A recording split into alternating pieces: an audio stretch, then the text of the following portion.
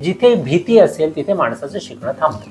आपली जीवनशैली अशी झाली की मला रात्री 11 वाजता जर झोपत असतील तर ते सकाळी 6 वाजता नाही उठणार आणि 7च्या शाळेला कशी जाणार।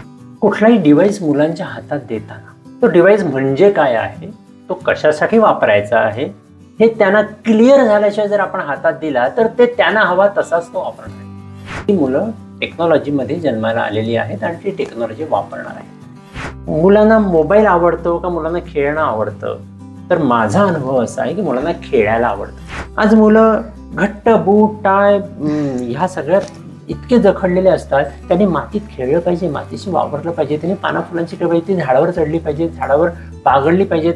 हे जितकं होईल ना तितकं ते त्यांचं शिकणं, त्यांची हुशारी हे सगळं त्यातून आपोआप फुलेल। आणि मग पालकांना काहीच करायची गरज लागणार नाहीये। मुलांचे जर डोळे कान नाक हे या वयात तयार होत आहेत, पंचेंद्रिय तयार होत आहेत, तर ते बंद वर्गामध्ये कशी बसणार, ती खिडकीतनंच बाहेर बघणार।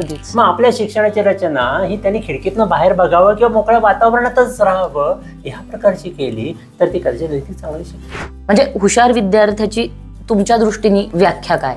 खरं तर हुशार आणि ढ हे दोन्ही शब्द शिक्षणात काढून टाकायला हवेत।